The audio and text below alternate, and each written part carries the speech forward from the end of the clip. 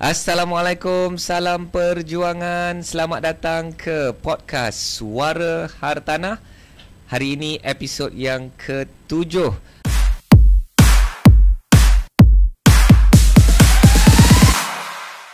Anda bersama dengan Ahyat sebagai host podcast ini, di mana kami akan mengangkat isu-isu semasa. Kita nak ulas isu-isu sensasi khusus kepada isu-isu hartanah.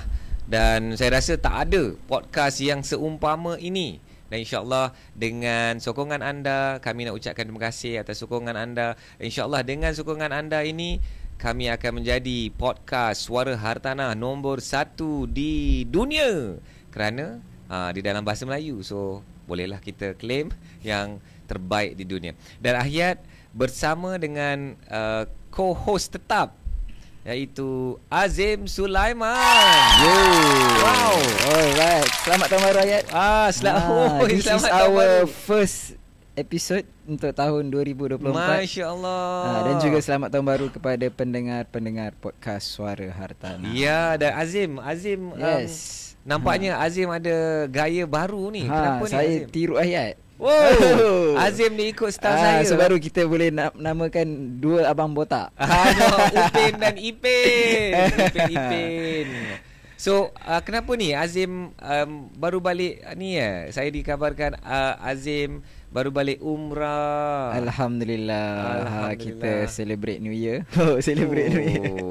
Alhamdulillah baru balik umrah. So ini that's why juga kita baru dapat record episod pertama untuk tahun 2024. Ya, itulah. Kalau Azim tak balik tu, kita tak dapatlah nak merakam ni. So syukur Azim dah pulang. Dan macam mana keadaan di umrah masa Azim pergi ni? Kira awal tahun ni masih sejuk lah kan? Betul lah. Di Madinah sejuk berbanding dengan Mekah. Okay. So Madinah lowest pada 12 degree waktu 12 subuh. degree. So waktu subuh memang pakai sweater lah untuk kalau tak sejuk. Kalau yalah sekali dengan marble dekat masjid tu, saya rasa nak kena pakai long john pun. Betul, kalau pakai jubah memang pakai long john. Sebab sejuk.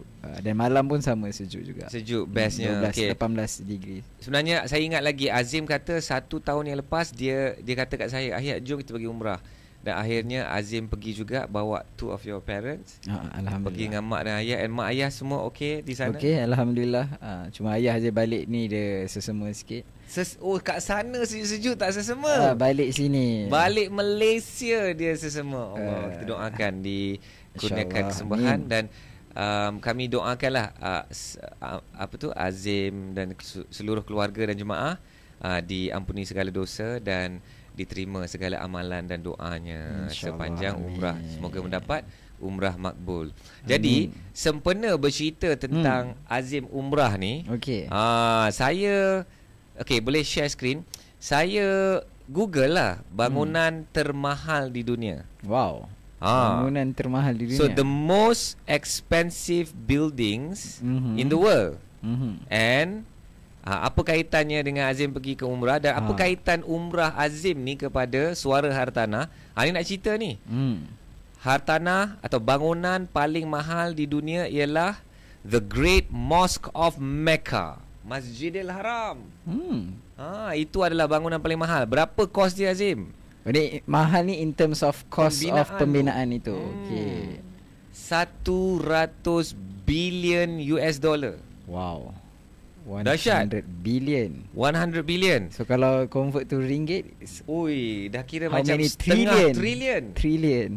Setengah trilion bangunan ni ringgit. Dahsyat.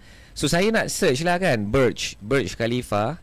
Burj Khalifa, dia tak tahulah ranking kat mana ni. Ranking kat bawah-bawah lah ni. Mungkin top 10 lah juga. Cost dia 1.5 billion US dollar. Wow, so it's 10 times. 100 times.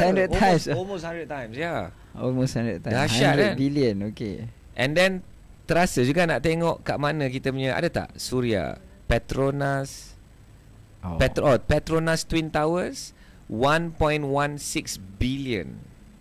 Adalah dalam ranking. Merdeka 118 lagi mahal daripada Petronas Twin Towers. TRX ada tak TRX? TRX kita tengok. Top 3 siapa? TRX tak? Okay, top 3 siapa ya Azim Top 3 bangunan paling mahal guys.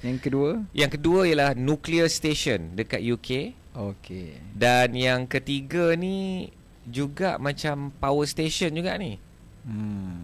Okay. So interesting. So top 6 ni pun ada nuclear station juga. Oh, banyak nuclear station lah. So bangunan-bangunan termahal. Marina Bay Sands ni pun antara yang mahal, 5 bilion. So interesting to see bangunan paling mahal. So saya pun nak tengok. Ni boleh tengok Masjidil Haram. Luas kawasan dia 356,000 meter persegi. So I don't know, that's what, almost 4 million square feet. 4 million square feet Even ayat waktu pergi haji sempat tawaf satu masjid tu. Masya-Allah. Masa tu yang bahagian baru Burj Khalifa, Masjidil Haram dia belum buka lagi. Oh, okey. Masa tu kan haji pertama selepas pandemik kan. 2020, 21 tak boleh haji kan. Betul. 22 boleh pergi haji yang pertama, yang dia limitkan 1 juta orang. Alhamdulillah saya dapatlah jemputan.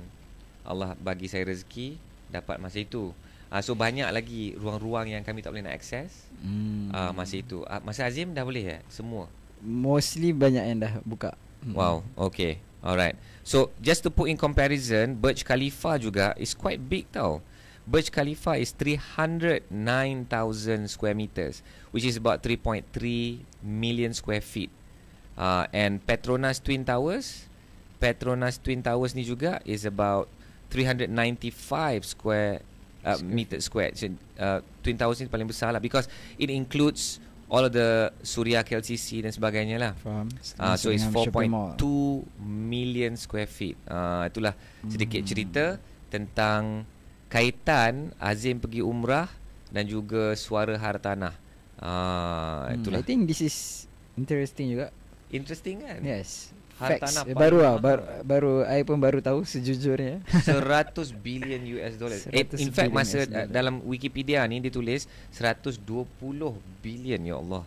Memang tak terbayangkan. Memang tak terkejut pun bila melihat besarnya kan. Betul, dengan luasnya. Dan masih lagi under construction lagi, tak siap lagi. Masih under construction sampai ke stretching out tu dah nak jalan hujung ke hujung tu pun mengah juga. Betul kan. So saya cakap masa kalau dekat Masjid Nabawi tu, masa kat Madinah, sempatlah kira tawaf satu masjid tu. Ya, betul. Memang pusing. Dah habis, orang kata dah habis explore lah dekat rooftop dia apa semua. Tapi dekat Masjidil Haram tidak, sebab terlampau besar. Kalau kita tengok Masjid Nabawi, kalau Masjid Nabawi ni size dia ialah, oh dia tak tulis ni size dia comparison. Dia tak tulis 600,000 jemaah. Alright. So macam itulah tuan-tuan dan puan, hartanah paling mahal di dunia ialah hartanah milik orang Islam kita kan, kerajaan negeri Saudi. Alright. So kita nak teruskan. Tak tahulah nak katakan tadi tu isu pertama atau tidak. Tadi tu sebagai pembukaan je lah Pembukaan. Introduction. Okay.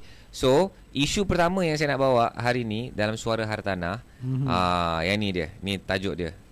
Ini Azim, owning a home beyond reach of most millennials. Tajuk ni macam dah biasa kita dengar Azim. Betul. Tapi ada satu statement kat dalam ni yang dia kata apa? Kereta itulah simbol kejayaan seorang anak muda. Nampak tak? So itu statement daripada orang muda sendiri? Ya, yeah. Of course daripada pengkaji ni yang mengkaji. Jadi survey for them, owning a car is a benchmark of their success in life.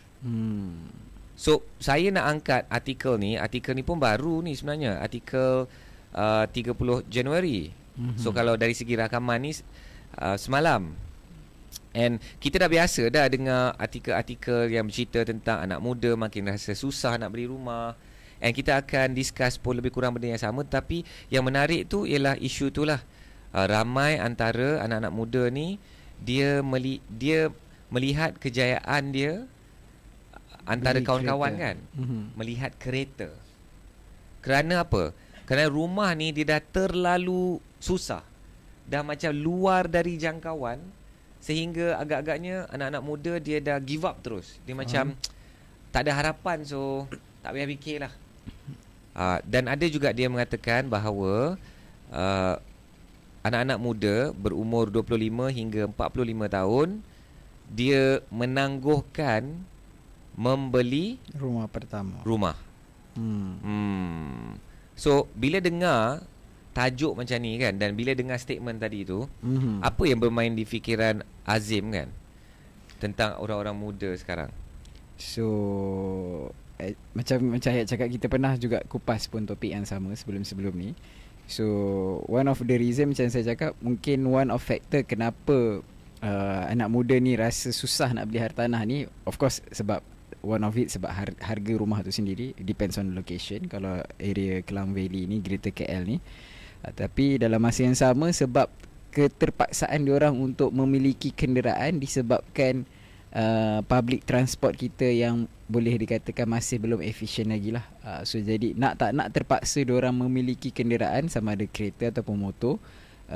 Dan itulah hutang yang pertama yang mereka terpaksa commit bila dah bekerja, sebab nak memudahkan pergerakan dari tempat tinggal ke tempat kerja. So that's why itu antara reason kenapa mereka terpaksa berhutang, terpaksa beli kereta ataupun motor supaya memudahkan pergerakan. Jadi dan secara tak langsung, itulah macam saya cakap tadi, diorang menjadikan itu antara benchmark kejayaan diorang bila dapat beli kereta yang pertama, dapat beli motor pertama, kenderaan pertama. So nanti dia akan jadi perbualan lah dalam WhatsApp group kawan-kawan kan. Betul. Kau tak tengok ke Azim dah tukar kereta? So dia jadi satu macam benchmark, satu saingan kan. Bukan dia macam kau tak dengar ke Azim baru beli rumah.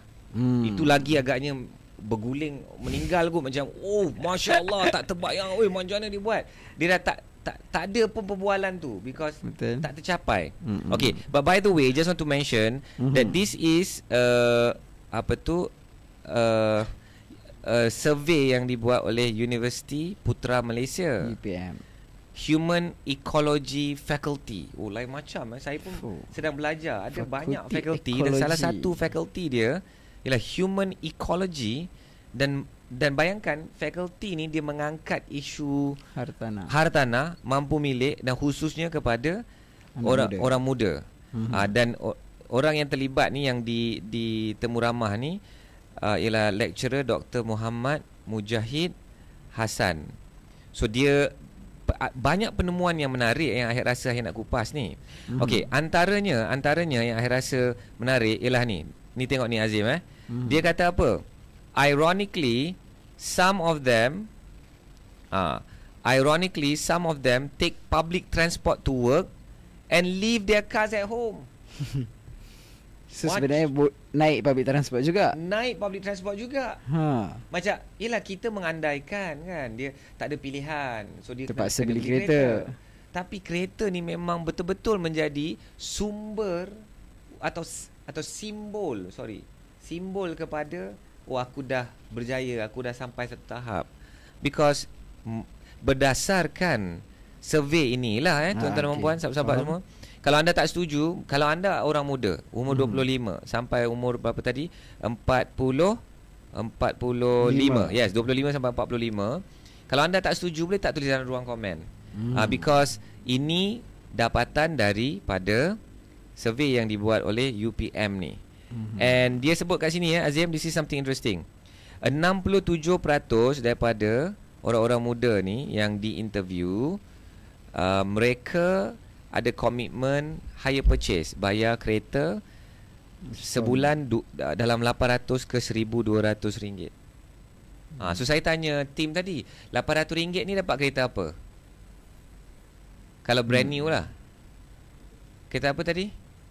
Myvi dapat tak? Myvi, Persona dapat lah. Persona, Vios boleh dapat Vios brand new. Kalau yang basic punya lah, basic model. Okay, kalau 1,200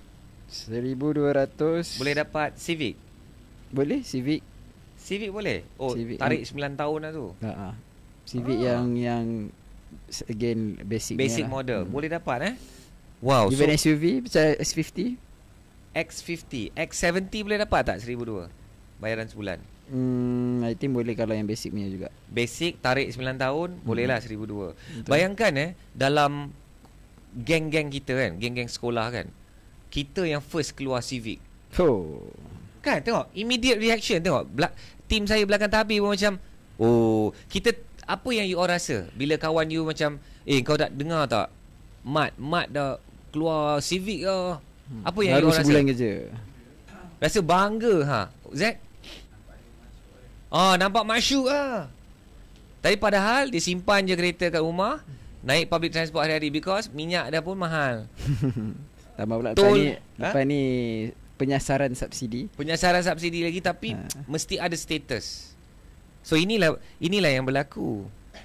So okay, satu lagi Ahyat nak share dengan Aziz. I want your comments on this. Okay. Selalunya kan bila keluar artikel-artikel macam ni, orang-orang tua, okay, orang-orang tua macam saya ni, saya dah pakcik lah. Orang-orang yang lebih berusia daripada anak muda lah, yang bukan anak muda ni, dia selalu bercakap tentang anak muda ni seolah-olah anak muda ni perlu diperbaiki, perlu disekolahkan, perlu macam anak muda ni salah. Which I think is not the right angle. Sepatutnya angle yang kita ambil, perspektif yang kita ambil dengan anak muda ialah bagaimana kita nak bantu. Setuju. Bukan ambil angle menyalahkan. Inilah anak muda, inilah salah anak muda. Tak fikir masa depan. Ni nak enjoy je. Nak enjoy. Ni tengok ni kereta. Masalah dia anak-anak muda ni, mereka ni dibesarkan oleh mak bapak yang mengagung-agungkan kereta. Bukan dia excited pasal nak pilih menantu pun tengok pakai kereta apa. Tengok menantu pakai kereta apa. Dia ada senyum tu. Tengok menantu dia ada berapa followers kat media sosial ke, ada macam tu? Tak tahulah. Kalau mak dia influencer mungkin. Mak dia influencer tengok menantu aku ni tak sampai 1,000 follower kat TikTok ni, tak boleh masuk Minang. So mak ayah yang dah menerapkan benda ni kepada anak-anak muda, lepas tu mak ayah itu juga yang menyalahkan anak-anak muda terlalu spend kat kereta. Macam saya pula, masa saya dulu, anak-anak saya kecil, dalam kereta saya akan menjerit-jerit cerita pasal hartanah. Kalau lalu je kan ada crane, okay, saya akan jerit. Armin dia suka robot, dia suka construction ni kan. Armin, see that robot, Armin, it's building the building. Look, the crane. Wow, there's going to be a new building. So anak saya pun macam, apa benda lah, bapak aku ni lah tu, excited sangat. Benda tu pun tak nampak exciting pun, tapi anak-anak ni macam ni. Bila dia tengok mak ayah dia excited pasal satu benda, dia pun akan letakkan excitement kepada benda tu. Faham? Yang kita lihat, kalau kat luar, pergi KLCC lah contoh, pergi Suria KLCC, nampak Lamborghini kuning, apa mak bapak dia buat? Dia tarik anak dia, dia selfie. So anak tu nampak bapak tu excited pasal kereta, so dia pun excited pasal kereta. Dia pun cakap, okay, aku sayang bapak aku sayang aku. And bapak aku tengah excited pasal benda ni, kereta. Maknanya kereta ni something yang aku kena excited juga kot. So bila dia besar, dia akan letakkan kereta itu sebagai simbol kejayaan. Setuju. So I don't think a lot of people got this from this article lah kan, because there's so many fakta yang Ayat nak kupas dan ulas. But this is one major point that I have lah kan. So Azim, what's your thoughts on that? Orang muda meletakkan simbol kejayaan itu pada kereta, and then macam mana mereka membentuk jendela dunia macam ni kan?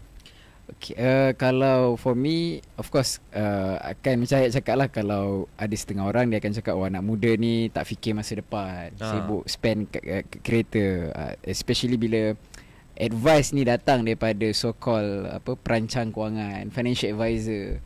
So macam Ayat cakap, bila benda-benda macam ni berlaku, so anak muda dia lagi jadi rebel. So dia lagi cakap, kau tak sibuklah nak advice aku, macam kau bagus sangat, something like that. Diorang lagi tak suka, macam kita seolah-olah nak mengajar dia apa yang dia patut buat dengan duit dia sendiri. So lagilah diorang tak suka, duit aku sekali aku nak buat apa. So for me, yes, there is no right or wrong. Sebab ada setengah orang mungkin dia rasa kejayaan dia memiliki kereta itu adalah satu simbol kejayaan bagi dia. Ada setengah orang pula dia rasa beli rumah pertama itu adalah simbol kejayaan bagi dia. Regardless of rumah apa, rumah apa, banglo ke, rumah landed ke, rumah high rise ke. Dan juga sama juga kereta, tak kisah apa brand. Mungkin pada dia beli Azia tu pun dah satu kejayaan untuk dia. Sebab first dia beli dengan hasil duit kerja dia, dengan hasil kerja dia, dengan hasil titik peluh dia.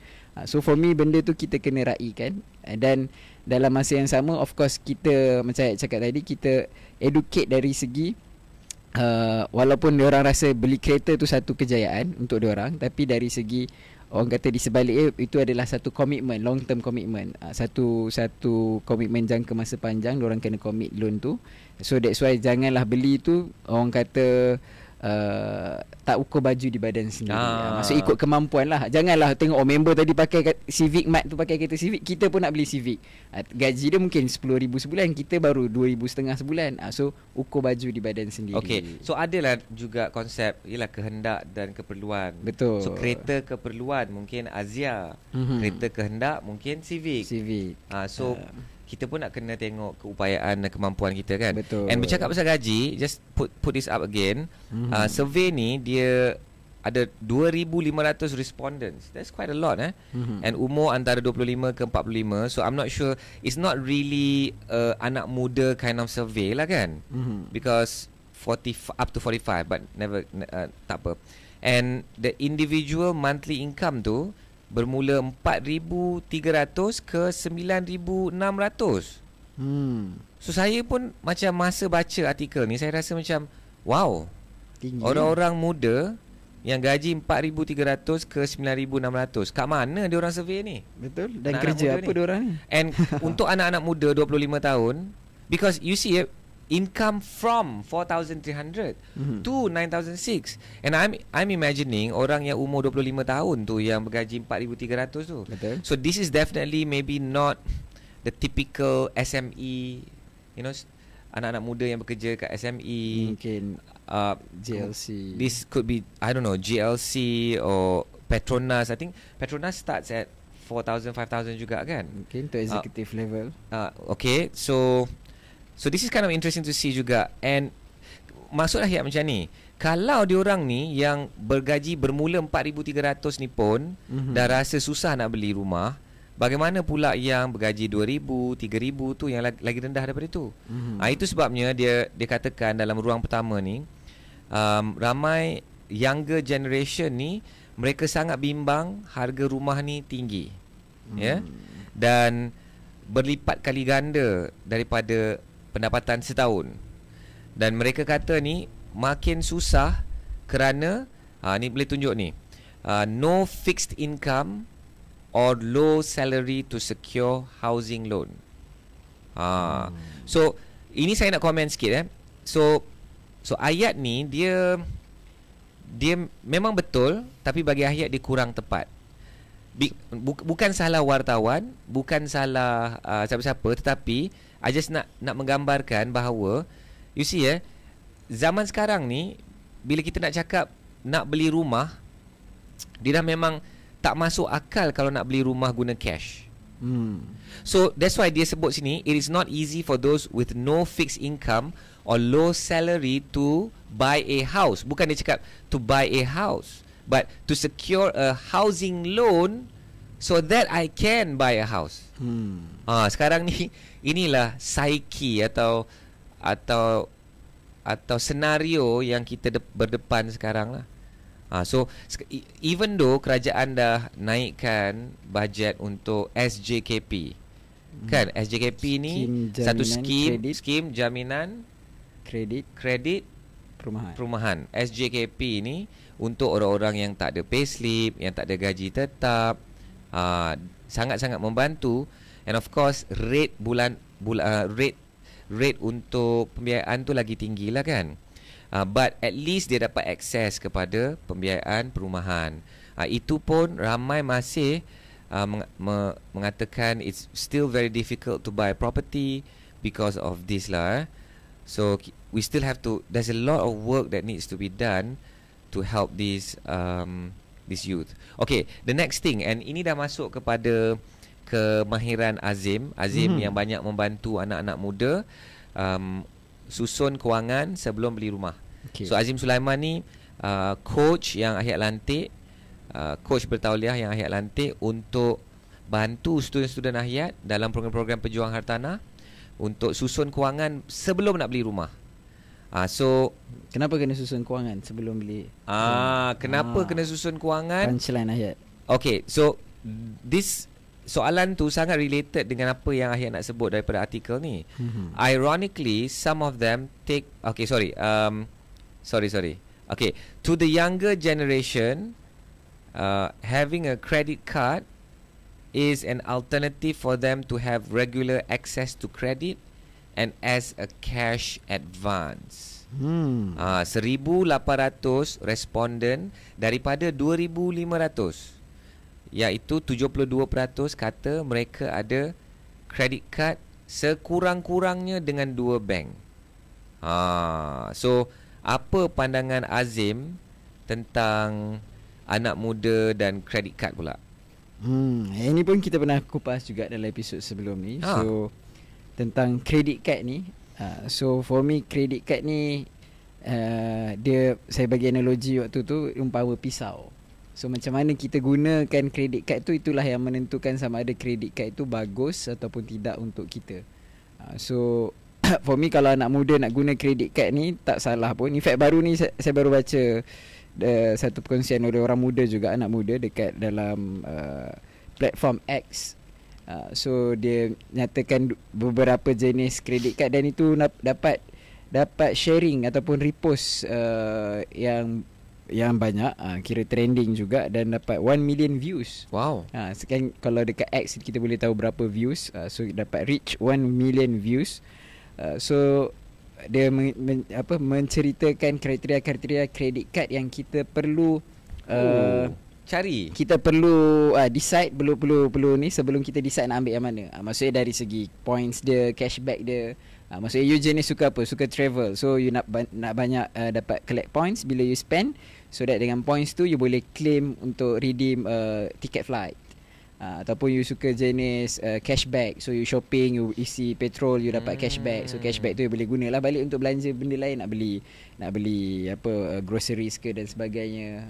So basically dua tu lah, sama ada you nak collect points ataupun you nak dapatkan cash rebate ataupun cashback. So for me, untuk anak muda, again dia tak salah pun you nak memiliki credit card. In fact saya sendiri pun gunakan credit card untuk transaction harian, untuk belanja, untuk isi petrol. Ada guna credit card Yes. Saya guna debit card lah. Debit card. So Ayat memang pernah cerita juga, memang potong tu. Kita dah buat plastic surgery. Plastic surgery, yes. But it depends lah. Kalau you jenis yang penting pandai jaga you punya financial, dan bayar promptly. Maksudnya you swipe bulan ni contoh RM2,000 spend untuk bayar groceries, untuk isi petrol. So make sure you buat payment pun sebelum due date supaya tak kena penalty ataupun interest charges. Okay. So caveat dia tu, dia punya disclaimer dia, kena boleh kawal diri. Boleh kawal dia. Vitamin D tu. Disiplin kewangan. Yang penting disiplin. Yang sebenarnya tak semua orang ada. Betul. Tapi ramai yang so ada. So dia kena kat tepuk dada, tanya selera, tanya poket. Tanya poket. Tepuk dada, tanya poket. Alamak, kena tepuk poket lah, tepuk tanya poket. Alright, so dalam artikel ni juga menyebutkan the study also reveals 33% of respondents were renting a home from 500 to 1,200. Sewa 500 ni tak tahulah, mungkin kat luar bandar bolehlah dapat ataupun satu unit lagi ke. Sewa bilik lah. Ni kemungkinan ni sewa bilik, betul tak? And 1,200 ni masih boleh dapat ni at certain places. Sewa rumah teres. Cyberjaya boleh dapat apa tu? Kondo berapa saiz? So 800 square feet, 3 bilik, 2 bilik air. 2 bilik, 2 bilik air. Okay, so 1,200 kan. And 73% respondents kata mereka tidak ada disposable income for savings or investment. Yang ni pun satu keadaan yang berbahaya ni, Azim. Betul. So apa nasihat Azim ni? 73% daripada 2,500 responden kepada survey ni mengatakan diorang tak boleh nak save. Tak boleh nak save. Because apa dia dapat semua habis digunakan. Habis bayar kereta, habis bayar sewa rumah. So kereta tadi Dah berapa? 1,200 contohnya. 800 ke 1,200 sebulan. Okey, kita ambil 1,200 contoh. And then kalau sewa ni 1,200 juga. Dah 2,400. 2,400 gaji tadi 4,500. 4,500. So dah half dah habis. Lebih daripada half dah habis. So that's why macam saya kata tadi, dia tak salah pun kalau you rasa beli kereta tu salah satu simbol kejayaan for you. Tapi of course ukur you punya kemampuan based on you punya salary, based on you punya gaji. But for this case, for senario, kalau untuk this respondent yang memang diorang dah commit, maksudnya dah orang kata terlajak perahu dah, tak boleh nak undur. So of course one of the cara adalah dengan tambah pendapatan lah. That's the only solution. Ataupun kalau you willing to macam Ayat selalu sebut, kena terpaksa downgrade, terpaksa jual. Kalau sebelum ni dah terbeli dah, sekarang ni dah terbeli kereta Civic, saya tak naklah sebut, kalau sebut brand nanti marah pula salesman Honda. Cakap macam dosa sangat beli Civic ni. Dan memang selalu geng hartanah dengan geng kereta ni seolah-olah macam berperang. So tak kisahlah beli kereta apa brand sekalipun, maksudnya kalau itu satu bebanan kepada you, so maksudnya itu dah tersalah belilah.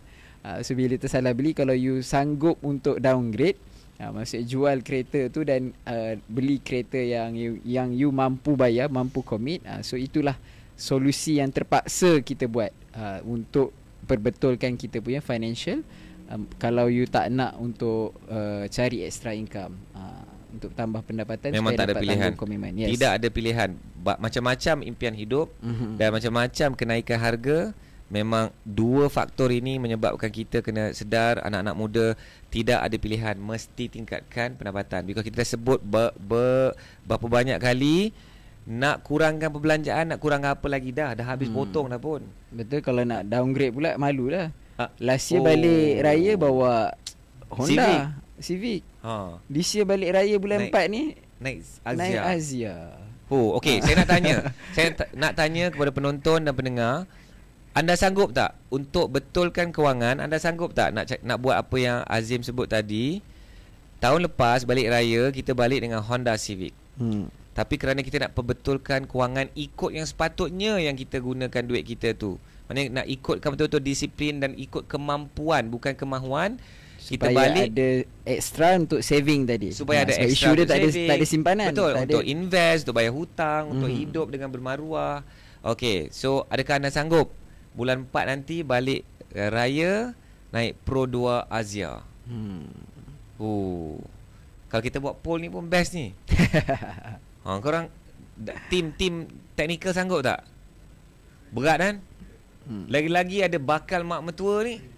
Lepas tu tu lah, bila sebut bakal mak tu, so that's why kalau kita yang, kalau anak-anak muda yang this respondent ni, kalau diorang bujang mungkin diorang tak ada masalah ya. Mungkin diorang tak fikir sangat, tak apalah, biarlah mulut orang nak cakap apa kan, pedulikan persetan kan apa orang nak cakap.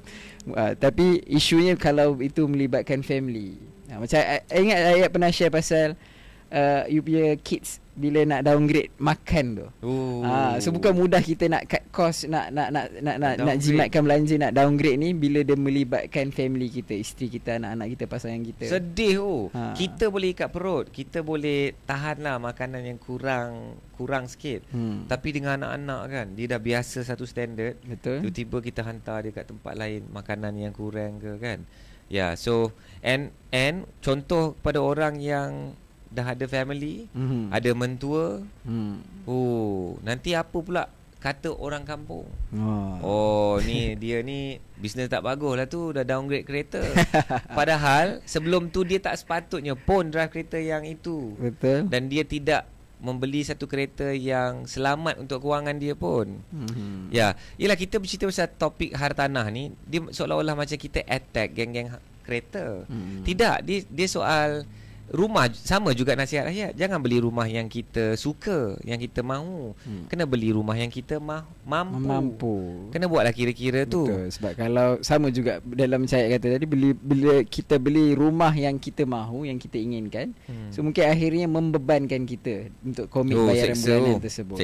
So instead of beli yang rumah yang menyeksakan kita, membebankan kita dengan komitmen bulanan, so belilah based on yang kita mampu untuk komit bulanan, supaya tidaklah jadi rumah tu akhirnya jadi membebankan untuk kita. And then one more thing disebutkan, the younger generation preferred to rent due to several factors. Share ni, although they could afford to buy their own home based on the monthly rental they had been paying for years. So memang ini satu trend yang agaknya trend yang agak merisaukan. Dan yang ni disebut ni oleh sahabat saya ni, Dr. Azizul Azli dari Universiti Teknologi Mara UiTM Sri Iskandar. Dia kata apa? Macam ni lah, dia bagi satu contoh. For example, gaji kita ni naik increase. 2% contohnya kan. Gaji kita naik 2, 3 atau less peratus. Tapi pada masa yang sama, hartanah naik 6 ke 8% setiap tahun. Ini secara purata bila Hayat tengok purata kenaikan harga rumah di Malaysia, kalau kita tengok MHPI, dia lebih kurang lah tu 6 to 8%, boleh dikatakan 7% for the last maybe 10 to 12 or 15 years. So this is accurate lah. And bayangkan dalam 2 tahun rumah tu dah naik 12%. Tapi gaji kita baru naik 2%. So inilah reality anak-anak muda yang kita kena bantu. Kita kena bantu. Dan mereka ni memang dah tak nak beli rumah lagi dah, because dia dah menjadi satu perkara yang susah untuk mereka hadapi. And inilah isu yang saya nak bawakan sekali lagi. Another poll. Nama poll ni ialah nama poll ni bagi mereka yang mungkin nak research lagi. Nama poll ni dia gempak sikit Dia orang-orang yang yang level-level professor je boleh faham ni. The variations in preferences of the young generation in Klang Valley towards housing property demand. Siapa yang tarik muka tu saya faham. Dia memang nak memahami tu adalah satu bahasa Inggeris. Dan dia memang satu tajuk yang berat. The variation in preferences, maknanya perubahan minat dalam kalangan siapa? Orang-orang muda. Di mana? Di Klang Valley. Terhadap apa? Terhadap permintaan untuk rumah. Itulah maksudnya. Yang dianjurkan pada tahun 2022. Interesting. Okay, anything interesting points you wanna fill up here, Azim? Nothing. Cuma mungkin last point on this article. So kalau Hayat sendiri, your own personal experience bila Hayat beli kereta, Hayat beli kereta dulu right before saya rumah. Beli kereta dulu. First car, beli kereta dulu sebelum rumah. Kereta family lah. Mana kereta first car is tak? family car. So mana excited dia ataupun rasa kejayaan beli rumah pertama ke kereta pertama? Wow. So my cars ni semua is company cars. Okay. So kita kan orang niaga, we buy the cars through our companies lah. So nama saya belum ada kereta. Okay. So tak rasa really belonging lah kereta tu sebab beli atas nama company? Betul. Just pakai je lah apa yang ada. So yelah, I love cars, I appreciate cars, dan kita pun boleh melihat, kita pun suka kereta, suka. Saya suka tengok kereta. Hayat pun baru test drive katanya. Itu. Azim. Inilah cerita-cerita. Saya boleh mengesahkan lah Hayat punya statement tu, you suka kereta. Kita pun suka kereta, kita menghargai, kita tahu kereta mana yang performance bagus, speed dia dahsyat kan. Macam contoh macam Porsche kan, Masya Allah. Okay, so test drive tu kita nak merasa juga kan. Excitement. Tapi naturally Hayat lagi, nama Hayat dah beli banyak hartanah lah. Tapi tak pernah beli sekali pun kereta guna nama sendirilah. So unfortunately I cannot answer that question. So Answering your question, my excitement is bila beli hartanah. First hartanah. Saya boleh ingat setiap momen saya beli hartanah. Yang beli contohnya beli dengan pemaju. Saya boleh imagine saya drive kereta, keluar kereta, saya boleh ingat menapak ke showroom macam dekat arah Damansara tu. I boleh ingat momen tu, Azim. And then letakkan booking form. So tu you rasa one of achievement lah for me. For me. Mungkin berbeza sikit lah dengan orang kan. Even with my peers, dengan kawan-kawan seumur pun, diorang pun pada ketika itu pun tak adalah rasa wow sangat nak beli rumah kan. Mungkin kereta lah kan juga. Kereta. And in fact, bila kita dalam grup-grup pun, kita tak adalah selalu macam kau dah dengar tak Ahyat ada beli rumah baru. Dia tak pernah jadi perbualan. Tapi kalau member keluar kereta, memang dia akan jadi perbualan. Sebab ambil gambar semua dekat showroom. Shit. Kan dengan ribbon-ribbon ribbon merah tu. Even ini yang selalu viral. Bukanlah viral, ini selalu jadi kecoh dalam kawan-kawan dan sebagainya. Dia belikan dia macam ada kawan I, dia belikan kereta apa dia belikan kereta untuk wife dia. So dialah yang mulakan. So semua suami-suami dalam grup kita orang ni, bukan lelaki kan, semua pun macam berlumba lah. Ni dan I bawa wife I pergi holiday sana, holiday sini, handbag ni, handbag. So it's more material stuff. But nobody says, dahsyat Ahyat beli hartanah yang boleh jalan kaki kat LRT station with the largest park and ride untuk isteri. I mean, kurang seksi. Tak seksi langsung kan? Macam orang dengar macam krik-krik. So apa benda belikan apartment untuk isteri. But can you imagine I beli atas nama dia, at least dia dah ada dah. Dia dah ada asset. Dia ada asset. I uruskan semua sewa, tapi sewa bayar dekat dia. So kita maknanya sentimen ni tidak ada dalam masyarakat. Because kita letakkan kereta itu sebagai simbol dan sebagai benchmark. Dan I want to say it's nothing wrong with the current generation, but it's just a thing that has been created by the previous generations. I think it's our culture lah kot. It's our culture, and not only in Malaysia, in fact, in anywhere, in most parts of the world. But just a last point, kita panjang sikit nak kupas topik ni. One last point. Actually, saya pergi ke Switzerland. Switzerland, saya pergi ke Zone 1 tau. Zone 1 ni kira macam dia punya CBD lah, dia punya main macam tourist area ke lah. Okay. So Zone 1 ni saya tanya lah, okay, how much is this apartment? So dia bawah kedai, atas apartment. So apartment tu macam less than 700 square feet. Okay. I don't know the details lah, 2 bilik ke macam mana ke. Dan harga dia lebih kurang 1 ke 2 juta Swiss franc. Wow. Swiss kan. So kalau darat 5 tu lebih kurang 5 ke 10 juta harga rumah ringgit. Rumah kira kalau macam kita rumah shop lot lah. Dia dah gila kalau 2 juta tu macam boleh beli shop lot 2 tingkat ke 3 tingkat kan.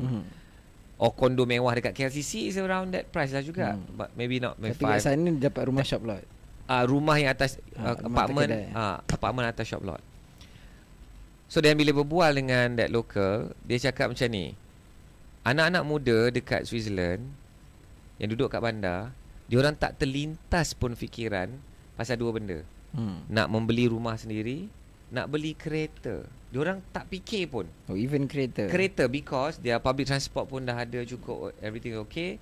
Diorang just nak kerja, nak enjoy, and diorang tak fikir pun pasal 2 benda ni. Saya pun macam, wow, okay, this is something interesting. And this type of stories you get when you go down Kembara Hartanah. Saya suka Kembara Hartanah kan. Dan kita berjumpa orang-orang di sana. Because banyak benda yang ditulis tentang negara orang, tentang hartanah, tentang situasi negara orang, yang Ahyat tengok dekat dalam media dia berbeza. Dekat dalam bila kita turun padang di negara itu, dia berbeza. Okay, satu lagi yang saya rasa pelik. Masa tu ada yang dikabarkan orang di Jerman dah tak nak beli rumah sendiri because of harga juga. Dah tak nak invest kat hartanah. Hartanah ni dah tak relevan lagi, because dia just nak menyewa je. Saya pergi jumpa, saya dah lupa nama dia, saya lama juga saya interview dia. Dia investor hartanah lah. Dan saya tanya dia gelakkan saya. Dia gelak. Sebab? Dia gelakkan saya. Dan dia gelakkan Ahyat. Dan dia kata dalam bahasa Inggeris lah. Dia kata, lepas tu nak letak duit kat mana? Nak letak duit kat dalam bank. Tak jadi apa-apa. Lepas tu nak invest kat apa? Kita orang masih invest lah dekat hartanah. Dia cakap macam tu kat saya. Dia macam, dia cakap, mana kau baca ni? Dari mana kau dengar benda ni? Ni aku ni orang Jerman ni, dekat Jerman ni sendiri ni.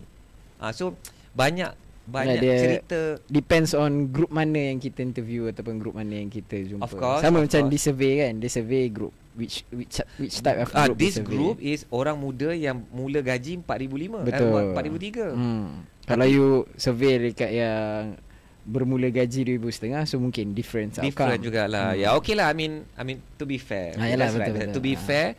But basically the point is mesti turun padang. Betul. And then find out the real Setuju. story, because kadang-kadang kita tak dapat berita yang sebenar lah.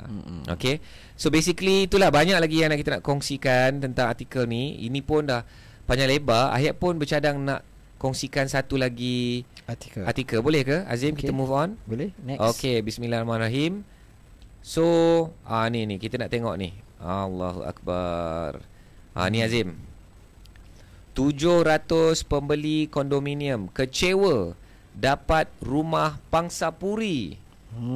Selalu kalau dekat ni orang cakap barang order versus barang sampai. Ada Selalu kalau ada apa, gift tu, meme. Meme tu. Yelah, kadang-kadang bila nampak dalam gambar macam besar. Ada seorang ni dia kan dia complain, tapi bila sampai tu apa benda yang saya tak ingat. Rupanya kecil gila macam tak ada makna. So kalau harga contoh RM20 dapat barang yang kecil sangat macam tu. Okey lah, macam mata lah memang kan. memang tak berbaloi pun. Dan dia ingat RM20 tu dapat barang besar sikit. So tak tahulah. Dia tunjuk balik gambar yang dia beli tu. So tak tahu gambar tu in comparison nampak macam benda tu besar. Mungkin dia letak benda-benda kecil kat sebelah barang tu. Atau gambar tu memang gambar scam. Okey. So tak tahulah. Marketing ads-nya. So rupa-rupanya benda ni berlaku kalau kita beli barang online. Sekarang ni dah berlaku pula dekat hartanah. dalam hartanah. So saya cakap tadi, kalau barang online harga RM20 mungkin bolehlah pejam mata.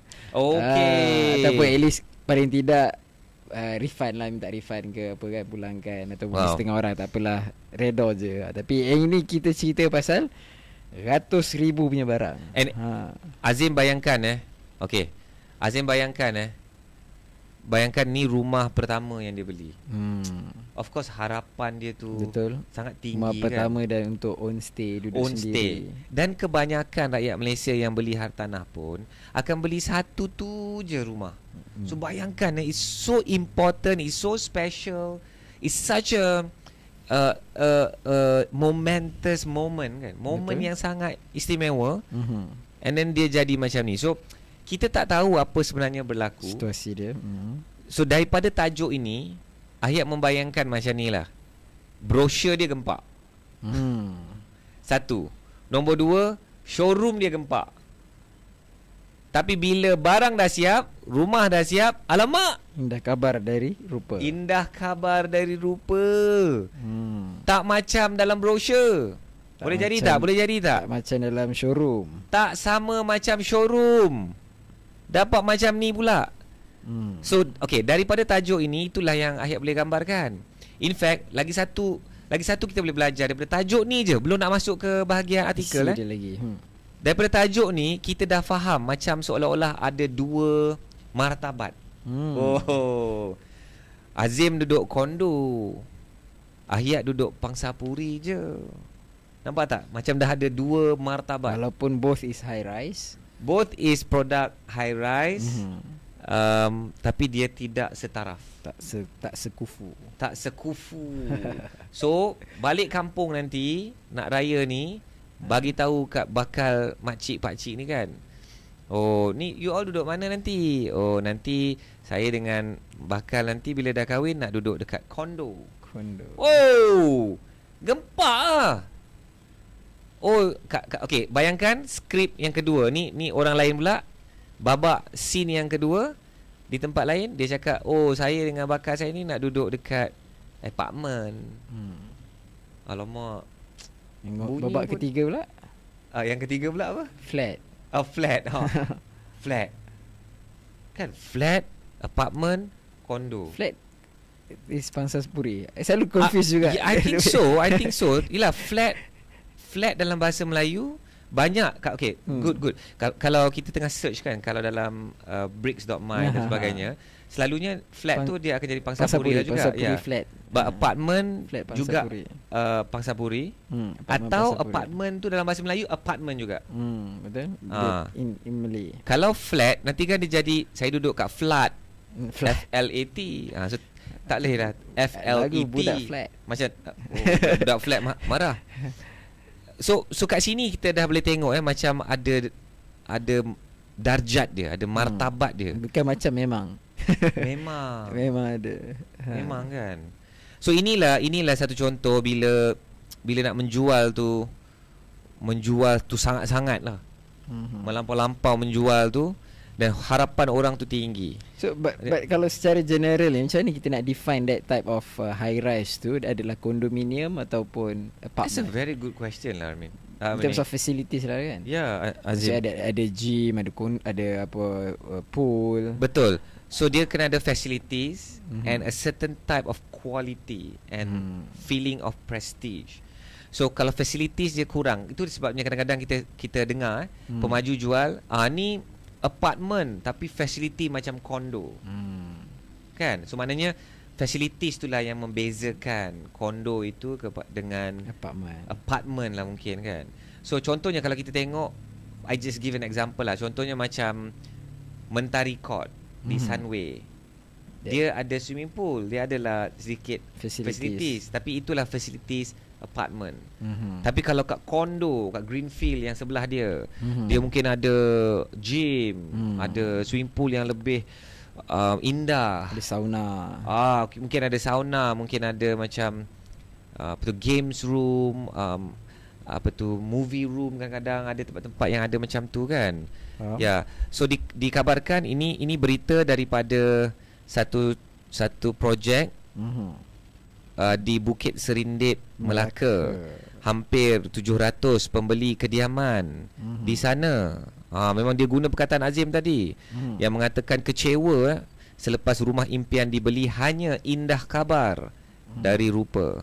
Apabila struktur kediaman yang telah siap dibina berbeza daripada perjanjian asal jual beli. Sebab kalau dalam S&P tu ada state lah kan, dia punya in terms of betul benda tu specification dia. Betul. So kalau kes tu memang betul dan memang diorang ada kes ni kan. Tapi kalau in fact saya pun kita akan sahkan dengan lawyer lah kan. Betul. Sebenarnya brochure yang diberikan oleh pemaju kepada kita tu pun kita boleh simpan sebagai bahan bukti. So sejauh mana kita boleh meletakkan brochure itu sebagai mengikat janji dengan pemaju itu, I'm not sure. Mungkin ayat pun tak nak bagi fakta yang salah, tapi adakah itu cukup untuk mengikat atau dia satu macam bahan bukti tambahan sahaja? So biasa kalau kat brochure pun dia tulis kat bawah tulisan kecil tu for marketing illustration purpose. Illustration purpose illustration only, for marketing purposes only kan. Betul. Itulah okey, antara yang pembeli ni kata ni umur, tengok ni seorang pembeli 33 tahun. Ni Muhammad Rizwan Abdul Sattar, 33 tahun. So bayangkan Azim mungkin dia selama ini menyewa, lepas tu dia dapat beli rumah first time after many years. Serius weh. Kalau Azim kecewa tak? Of course. Kalau memang itu tak, orang kata expectation, tak meet our expectation. Tak payah cerita pasal rumah, benda lain dalam kehidupan pun bila tak meet our expectation pun kita kecewa. Beli something, saya cakap tadi, beli barang online ke, kalau tak sampai tu, tak below our expectation, pun kita akan kecewa, akan sedih. Tak apatah lagi kalau melibatkan yang beratus ribu punya barang, dan kita commit pula loan dengan bank, long term punya commitment. So of course dia jadi tak happy lah. Ya. So dia sebut sini pemaju tidak membina kediaman seperti terkandung dalam perjanjian jual beli. So this is very very berat tau Azim. Ni bukan setakat, dia bukan cakap tidak membina kediaman seperti dalam brosur. Betul. That's why saya cakap masuk dalam apa jual beli tu ada state dia punya specification kan. Dan ini yang pelik saya baca ni. Dan sebarang perubahan dilakukan langsung tidak dimaklumkan. So mungkin pemaju ada bina benda yang berbeza daripada apa yang dia janjikan tapi dia tak maklumkan kepada pembeli. Mungkin saiz pool patut besar ni tapi kecil contoh. Tapi dalam kes ni I rasa bukan mungkin contoh Azim tu. That could be an issue. Bukan facilities lah. Contohnya mungkin dia kata di tempat kami ni akan ada child's pool. Tapi tiba-tiba dia tak ada. Dan dia digantikan dengan tempat barbecue. So sebarang perubahan dilakukan langsung tidak dimaklumkan. Itulah yang saya faham daripada benda ni. Tapi guys ini apa yang kita dengar daripada satu pihak. Kita pun tak tahu apa yang berlaku di pihak pemaju. So mungkin pihak pemaju pun mungkin ada miscommunication atau dia pun tidak pernah menjanjikan bulan dan bintang tapi somehow along the way lost in translation. Orang yang menjual tu pun menjual dengan berlebihan. Kalau I beg to differ sebab kalau seorang je tak apa ni 700 pembeli. So takkan 700 pembeli tu salah faham. Wow. Kalau seorang cakap apa ni tak ikut spek tapi cakap betul lah macam ni lah dia cakap. So then I lah yang seorang salah. Ini 700 pembeli.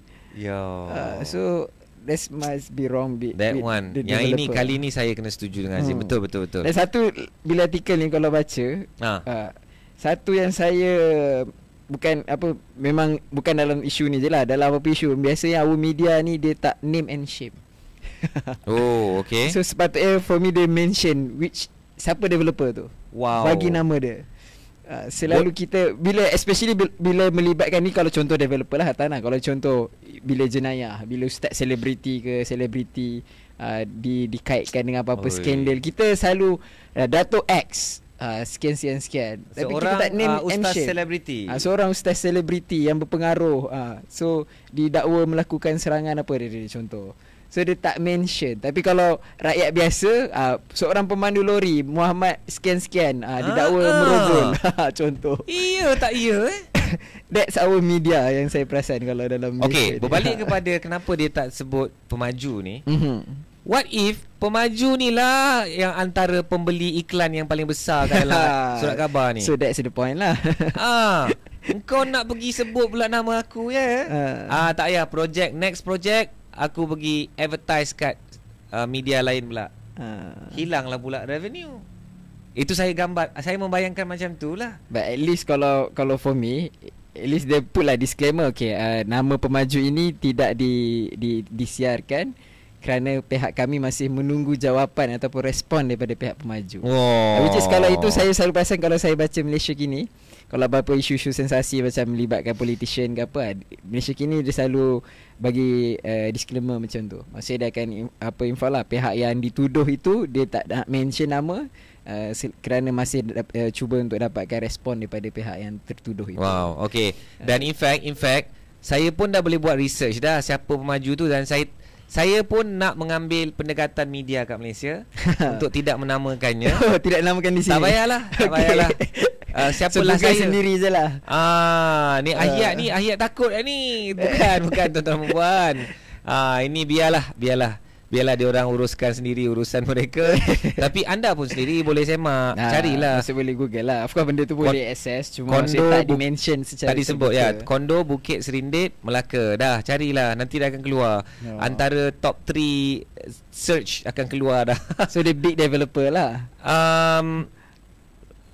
No, not big developer. So alright. So apa yang dikomplain? Saya sangat kecewa kerana beli kondominium tapi macam dapat rumah rosak. Banyak kecacatan seperti dinding melengkung dan tidak rata. Dinding melengkung. Pintu rintangan api tidak mengikut standard dan pintu tandas bukan kalis air.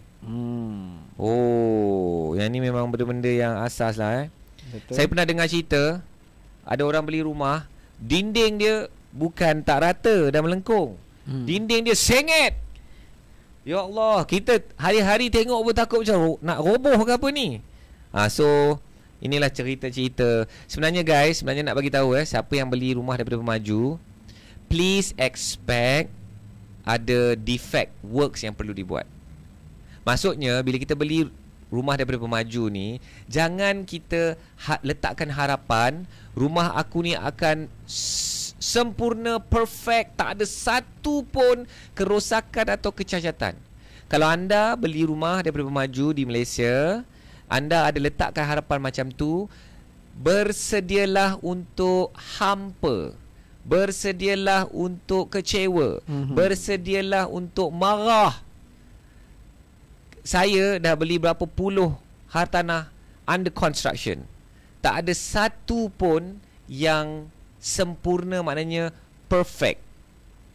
Tak payah gaduh, because kita ada undang-undang, tuan-tuan dan puan, dan insya-Allah kalau undang-undang itu tak dilaksanakan, tanggungjawab itu tak dilaksanakan oleh pemaju, apa yang akan berlaku? Kita ada tribunal yang kita boleh angkat isu ni. Insya-Allah, jangan risau. So bagi saya tak nak gaduh. Saya nak dia happy dan dia buat rumah saya dulu. So tak apa, kita bila semak rumah, semak habis-habis. Yang tak rata kita mark, kita tulis. Yang tak betul kita tulis, yang tak cukup kita tulis. Dan pastikan kita dapat kunci seawal mungkin, kita buat defect inspection seawal mungkin. Malangnya sekarang ni dia dah ada jadual dia kan. So kalau dah dapat timing anda, janganlah ditangguh-tangguhkan. Lepas tu bila anda dah tangguhkan jadual untuk anda ambil kunci dan semakan defect, bila anda dah tangguhkan benda tu, then bila repair works tu lambat, janganlah marah. Kerana dia bukan boleh selit-selit je lagi dah. Kalau kita dah tangguh bahagian timing kita, dan orang lain pun dah bersusun lepas kita ni, mungkin kita nak kena pergi yang paling last. So bagi saya, dah dapat dengar pun, saya akan dah mula teneng-teneng dah. Dengar dah nak dapat kunci bulan Mac April nanti. Bagilah Ahyat dulu, bagi Ahyat dulu. Saya nanti nak pergi outstation lah kerja ke. Tak boleh kena ikut, dia ikut jadual dia. Okey, tak apalah, at least I tried. So sebagai contoh inilah dia. Kalau tak nak hampa, just expect pastinya adalah some defect work. Kadang-kadang Ahyat pernah tengok tempat yang Ahyat beli tu, dia punya cat tu dia macam apa perkataan ni, berbelak-belak dia macam berbelak-belak. Tak berbelak-belak. Dia macam tak semua ni dia buat dua coating. Faham? Dia quite interesting bila nak cat dinding ni, dia kena cat satu coat kan, satu coat, undercoat, bagi kering. Lepas tu dia cat kali kedua. Baru dia menjadi. Kalau kita terus cat masa basah and then kita cat lagi, dia tak jadi macam the effect of tebal dan penuh dan cantik tu kan. That's interesting lah. But yeah, so basically just expect lah dan insyaAllah. Mungkin kalau Ahyat boleh sharekan dekat saya, dia sharekan link dekat WhatsApp Suara Tanah. Itu yang viral juga baru ni di platform X. Salah satu defect juga untuk projek yang baru siap, baru dapat kunci. Kalau boleh share dekat kita punya pendengar dengan penonton di YouTube. Okey, ni apa ni? Okey, bismillah, boleh share. Alright. So yang ni dia punya tiang pagar dia roboh. Dan kalau tengok isi dalam tiang dia tu, ya Rabbi. Dahsyatnya. Tengok ni inilah rintihan rakyat This is not good lah. Kepada pemaju seluruh Malaysia, kalau nak untung lebih, janganlah buat seperti ini. Niaya pembeli. Tuan rumah nyaris dihempap pagar itu. Tiang pagar diisi sampah sarap je. Ya, ni di Keluang Johor, Taman Puteri Mas. Ya Allah.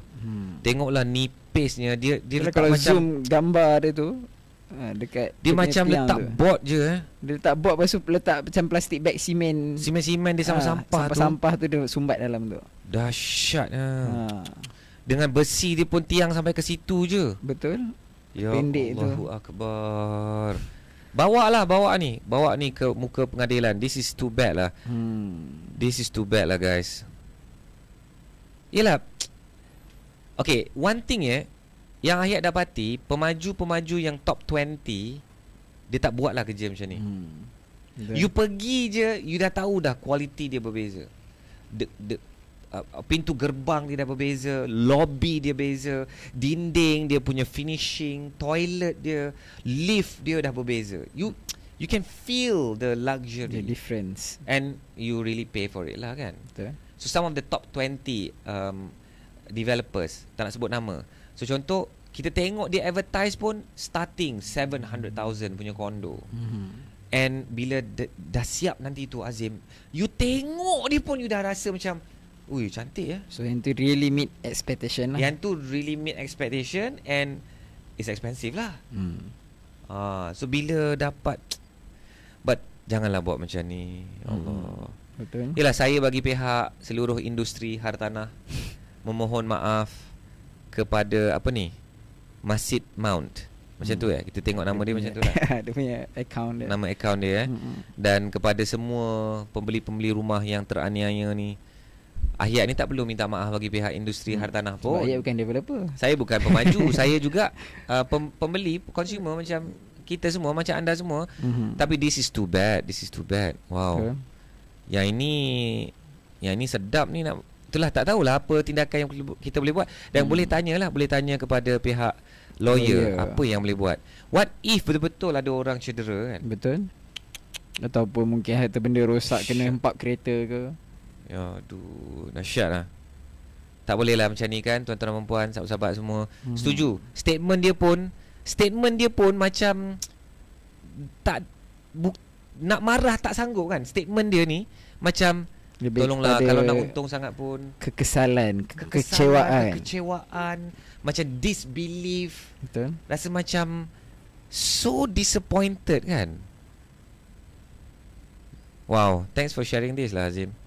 Tadi sementara Ayat duk cerita tu, saya suddenly teringat this posting. So saya search balik dia punya link. Azim lebih selalu juga di X You spend most time on X Di best banding dengan platform lain, TikTok ke, IG ke, Facebook ke. Apa yang best X ni Mungkin sebab latest issue, current issue, trending issue. Sometimes macam semalam contoh kecoh pasal katanya the return of Bosku.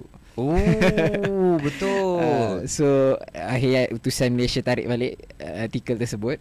So mula-mula trending tu dekat platform X lah.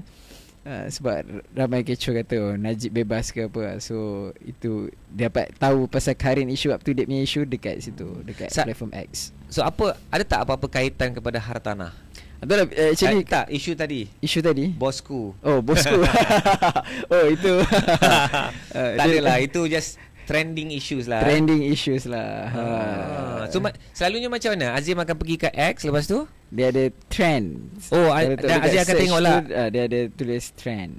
Okay, so saya pergi kat X ni, dia akan tulis for you. So kalau pergi dekat button search bawah tu, okay, button search bawah, so ada trend for you. So dia trending in Malaysia. So kalau I punya Agong, Johor, Najib, Daulat Tuanku. Kenapa I punya langsung tak ada apa-apa? Oh sekejap. Oh ni ada? Ada. Trends for you. Oh dia bila Azim pegang je terus X berfungsi. Tak, tadi Ayat tekan dekat button search. Ini just tekan search ni je, tak perlu tekan search kat atas tu. Tadi Ayat tekan search kat atas tu. Oh, tekan search je. Tekan search yang dekat bawah tu je. Okay, trending in Malaysia, Agong, Najib, SPM. Oh Ayat dia lain. I punya Agong, Johor, Najib, Daulat Tuanku.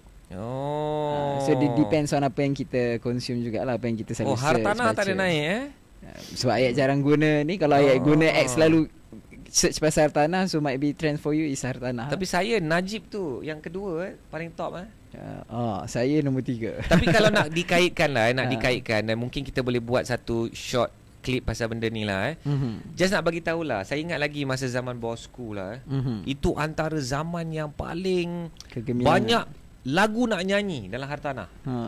Banyak lagu nak nyanyi. Cerita pasal MRT, cerita pasal HSR, cerita pasal ECRL, cerita pasal Aramco spend berapa bilion ke Pengerang. Saya ingat lagi cerita pasal Jack Ma datang nak bawa ni, dan so banyak cerita-cerita tu yang indirect kepada excitement to property. In fact bukan property je, I believe. In fact kalau kita cerita pasal geng-geng saham pun dia kata that's all time high waktu zaman Geng saham pun cakap Bosco. Zaman Bosco tu. So adalah mungkin, I don't know, maybe is it of faktor of Najib itu Bosco, ataupun maybe is suddenly kebetulan waktu dia pegang pemerintahan maybe tengah ekonomi well. Yeah, maybe because setiap leader tu kan dia ada dia punya team advisors dia kan. So mungkin time tu dia punya team tu memang kalau bab-bab ekonomi ni dia bab marketing, dramatik, yang propaganda ke, I don't know. I don't call it propaganda, but maknanya the strategy it's maybe exciting at that time lah, but itu je lah kaitan yang saya boleh kaitkan. Because since kita nak bercerita pasal suara hartanah ni, bila angkat apa-apa isu, saya nak cari juga kaitan dengan hartanah. Macam Azim umrah, kita kaitkan juga dengan Masjidil Haram. Ini pun trending apa? Paling mahal, most expensive. Bangunan paling mahal dan ini dan Najib. Okay. So bolehlah search, macam saya nak search macam hartanah pun ada lah ni hartanah. Ada kalau apa-apa yang posting ada mention hartanah. Hartanah ni dia terus bagi kat account lah. Oh okey macam tu. Apa-apa posting yang ada words hartanah. Keluar pula pasal Daim. Hai. Memang tak boleh lari daripada politik lah Topik hartanah ni pasal Daim. Pasal Daim lagi. Daim lagi. Oi, hartanah. Dia hartanah yang paling mahal kena sita? Ya, betul lah. Okey, adalah juga pasal apa ni? IHH. Okey. Oh, memang. Wow. So, saya search hartanah. Saya search hartanah dalam X. Dan semua bercerita pasal Daim. Daim Is there search hartanah je? Wow, this is interesting Yelah. So, tak tahu apa tanggapan rakyat bila isu ni dia sangat melibatkan hartanah juga kan. Tun Daim Zainuddin didakwa tidak isytihar harta, libatkan 38 syarikat, 25 unit hartanah dan 7 kereta mewah. So itulah. Okay. So I see there's one more. Boleh tak just one more topic lah. I nak selitkan one more issue dalam suara hartanah. Okay guys, boleh tak tengok ni? Negeri Sembilan bans foreign workers from living in residential areas. Dekat Negeri Sembilan, pekerja asing tak boleh duduk dalam kawasan perumahan. I think ada ke selain pada Negeri Sembilan yang dah implement this thing? Even KL, DBKL? Not sure. When I saw this article, it felt like it's the first time for me lah. Saya pun rasa. Okay, so apa yang bermain di fikiran Azim bila lihat tajuk ni?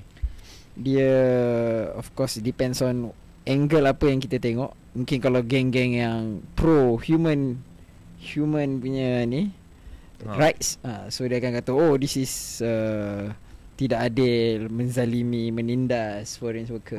Macam apa tu, isolate diorang. Betul kan? So macam game macam guna ayat cakap tadi, lain kasta tu lain dia punya makam dia tu. So dia macam antara dua darjat kan. Foreign workers ni pula depends on foreign workers apakah expatriate ke ataupun dan dalam foreign workers ni pun mesti ada dua darjat juga. Betul lah. Yang expatriate, yang kerja dekat professional punya, ataupun yang abang 10-20 itu pun foreigners juga. Kuning ke hijau ke. Kuning ke hijau. Abang tak mau ni beli promotion.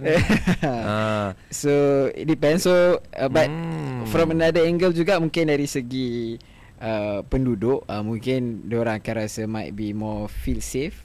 Contoh kalau kita cerita pasal tadi ayat mention pasal Mentari Court, once upon a time kita dikenali dengan ramai tempat foreigners tu daripada satu buah negara tu, yang which is dah banyak katanya pasal isu-isu jenayah dan sebagainya. So kalau I as a residential penduduk dan pembeli rumah dekat market dekat Mentari Court tu, mesti I rasa tak selamat, tak feel tak rasa selesa duduk dekat situ. Tapi bila diorang buat this type of rules ataupun undang-undang ni, so mungkin this is penyelesaian lah supaya I rasa feel safe dekat saya punya rumah untuk duduk kat situ. I think it's more of the issue of safety and and keselesaan penduduk kan. Betul. And mungkin dah terlalu banyak sangat komplain.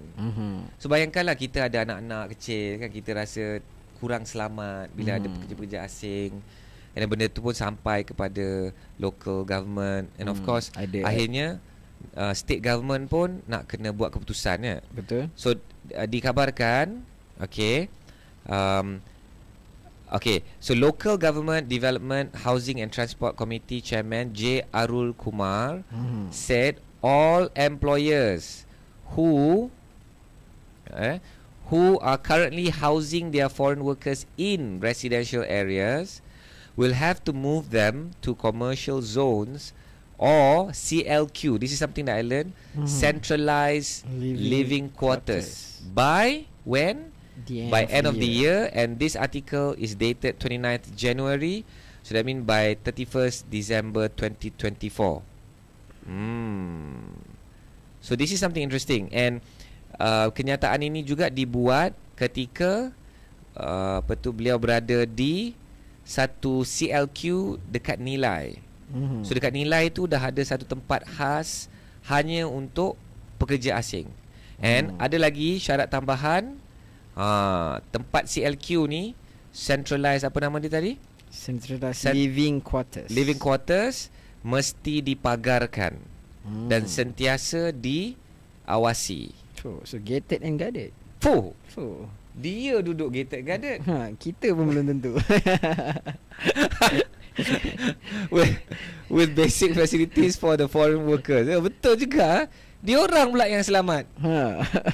InsyaAllah kan. Yalah, bila dipagar dan sentiasa diawasi dan dikawal, tak ada pula lah perompak nak masuk ke tempat dia. Betul. Perompak masuk kat tempat kita pula. Allah. They will ensure their rights are looked after and that they have a comfortable and safe place in which to be lived. Sebenarnya kalau boleh lihat angle artikel ni, dia nak menceritakan bahawa polisi baru atau arahan baru ini sebenarnya adalah untuk kebaikan. So dia tidak, tapi tajuk dia tajuk dia dengan perenggan terakhir dia sangat kontra. Sangat apa? Kontra. Sangat kontra kan? Tajuk clickbait kan? Tajuk mestilah sensasi. Mesti sensasi. Negeri Sembilan mengharamkan kalau bahasa asing. Melayu kan, mengharamkan. Ada ke dalam bahasa Inggeris? Bahasa Melayu nanti kita boleh semak. So bunyinya macam ni. Negeri Sembilan mengharamkan pekerja asing untuk duduk di kawasan kediaman rakyat. Something like that. So tu macam wow, apa ni, ada pernah jadi kes ke kan? Tengok ni kan. So kesan dia juga, why I wanted to highlight this article is kesan dia kepada pelabur hartanah juga. So this is opportunity. Opportunity. Saya baru nak cerita tentang bahaya dia dulu. Azim dah laju dah bercerita pasal opportunity. No, I like the way you're thinking. So dari segi bahaya dia, the onus of responsibility, dia jatuh kepada pemilik rumah. So kerajaan boleh mengambil tindakan, and kita tak tahu undang-undang apa yang mereka akan gunakan tu, but of course dia ada undang-undang kepada pemilik rumah. Maksudnya kalau kita tetap bagi sewa kepada foreigners, kita pemilik rumah residential, so kita degil tak ikut arahan ni, kita tetap bagi sewa kepada foreigners. In fact, lagilah kalau macam stratified units, dia boleh pergi terus kepada the management, JMB, JMB dan sebagainya, dan dia terus pergi kepada arahan tu akan disampaikanlah melalui JMB ni kepada pemilik-pemilik rumah. So tanggungjawab itu jatuh kepada chairman. Dan chairman sure lah tak nak buat hal. Betul. Dia pun tak nak menyalahi apa-apa undang-undang kan. So this is something interesting. So how about opportunity? So dia kata move them to commercial zones. So kalau yang investor-investor yang ada shop lot, so boleh. Ini pun so shop lot adalah hartanah jenis komersial. Jadi penggunaan pun mestilah jenis komersial juga, tak boleh untuk dwelling kan. Betul. Tapi ada juga saya tak tahulah sejauh mana ada juga kumpulan-kumpulan tertentu yang sedang merayu dan sedang mencadangkan agar pihak-pihak berkuasa tempatan ni membenarkan at least tingkat atas tu dijadikan tempat penginapan so untuk I think kalau asing. this implement this rules, so diorang sendiri kata we'll have to move them to commercial zone or centralized living quarters, so maybe okay, dia cakap commercial zones, betul. So kemungkinan besar dia akan membenarkan lah. Tapi I tell you Azim, shop lot yang ada banyak tingkat atas dia tu digunakan untuk storage, digunakan untuk nak menempatkan jadikan asrama pekerja, dorm, hostel.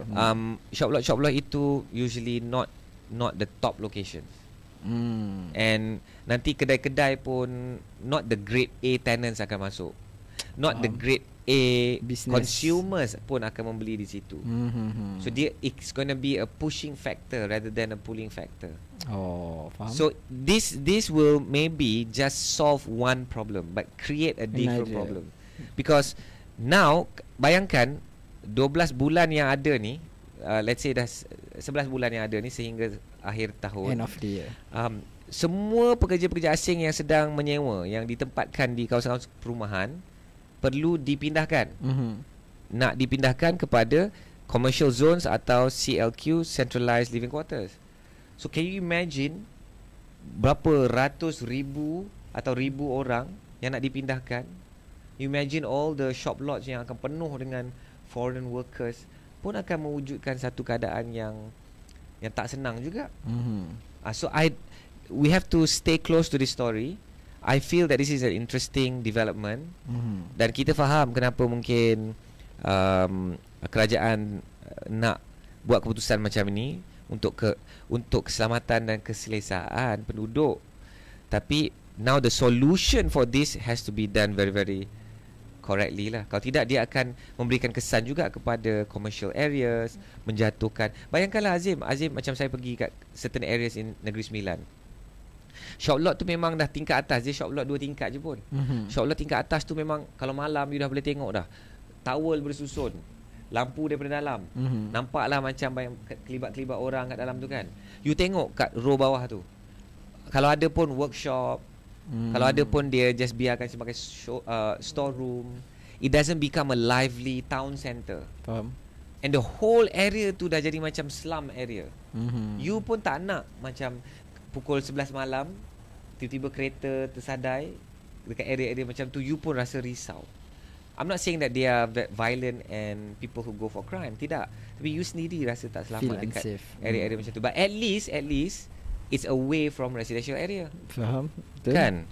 Yeah, so I think this is a very interesting article. Dan itu sebabnya Ahyat nak mengangkat kisah ini dalam Suara Hartanah. Alright, so apa lagi isu-isu yang kami boleh bawakan untuk kami ulas dalam segmen podcast Suara Hartanah 2024 ini. 2024 ni apa agak-agak mungkin kita boleh jemput tetamu first kita juga.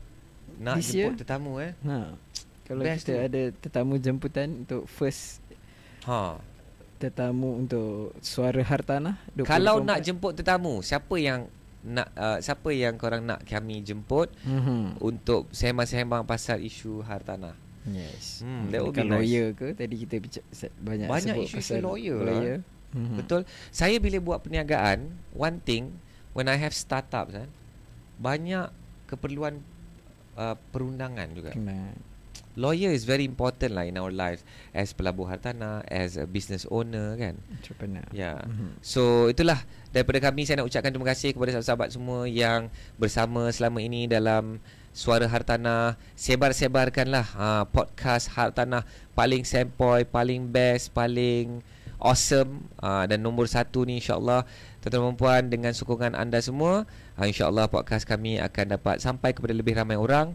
Dan insya-Allah apa-apa kebaikan dan manfaat yang mereka dapat itu bakal menjadi bekalan pahala untuk anda semua, kerana anda telah bantu kami untuk sebar-sebarkan. Sekiranya anda rasa ini adalah satu program yang menarik, anda boleh tekan like lah tekan like, subscribe, subscribe dan share. Dan komen di ruang komen untuk berikan komen-komen anda dan juga cadangan-cadangan anda untuk sesi-sesi yang akan datang. Azim, kata-kata penutup untuk tahun baru ni. Okay, so alhamdulillah ni tarikh rakaman kita pun pada 31 Januari. Dah genap sebulan kita di tahun baru 2024. Dan hari ini juga cukup bersejarah kerana macam Hayat kata 2024 you feel excited sebab kita ada Agong baru. Yang di-Pertuan Agong baru, dan alhamdulillah hari ini keberangkatan tiba yang di-Pertuan Agong baru Sultan Johor Sultan Ibrahim. Dan semalam kita menyaksikan keberangkatan pulang yang di-Pertuan Agong mantan yang di-Pertuan Agong Sultan Pahang Sultan Abdullah. Wow. So yes, so itu pun satu point yang penting, ada kaitan dengan hartanah ni. Dan kita waktu kita bincang pasal kita punya yang di-Pertuan Agong baru ni, episod kita yang khas edisi Johor ni merupakan our hottest episode. Paling banyak views, alhamdulillah. So Allah. Alhamdulillah. Syukur alhamdulillah. Kita punya paling trending so far untuk kita punya topik. Kita baru 7 episod. 7 episod insya-Allah. Dan sebenarnya apa yang Azim ceritakan ni ada kaitan dengan hartanah. I guess a lot of geng-geng hartanah ni is quite excited. Yes. Lagi-lagi dekat Johor. So let's say I foresee HSR jadi soon, because nampaknya ada kelantangan di situ. Betul. Then Forest City pun akan jadi macam redemption, macam apa apa tu dipanggil apa tu resurrection apa resurrection. Dia macam hidup semula kita seru balik roh dia tu. Seru balik roh. Okay, dan itulah so there's a lot of excitement juga bila YDPA yang di-Pertuan Agong Sultan Ibrahim Sultan Johor dah sudah naik jadi Agong. Yang tu kita boleh buat ke-17. Yang ke-17. Kita episod ke-7 dan YDPA yang ke-17 hari ni. Thanks for sharing that. Itu pun boleh jadi klip pendek untuk tengok isu-isu semasa dan kaitan dia kepada dunia hartanah. Dan kami di Podcast Suara Hartanah merakamkan setinggi tahniah dan junjung kasih ke atas yang di-Pertuan Agong yang baru. Ya, so semoga Malaysia ni lebih makmur, lebih aman, lebih makmur. Dah makmur 2 kali. Kerana kita nak Malaysia ni lebih makmur lah, supaya terus maju insya-Allah. Ya, lebih maju dalam pemerintahan YDPA Agong yang baru, yang di-Pertuan Agong yang baru. Alright, so see you guys in the next episode. Sehingga itu keep it coming, and kami akan ulas isu-isu suara hartanah dalam Suara Hartanah yang akan datang. Assalamualaikum warahmatullahi wabarakatuh. Selamat berjuang.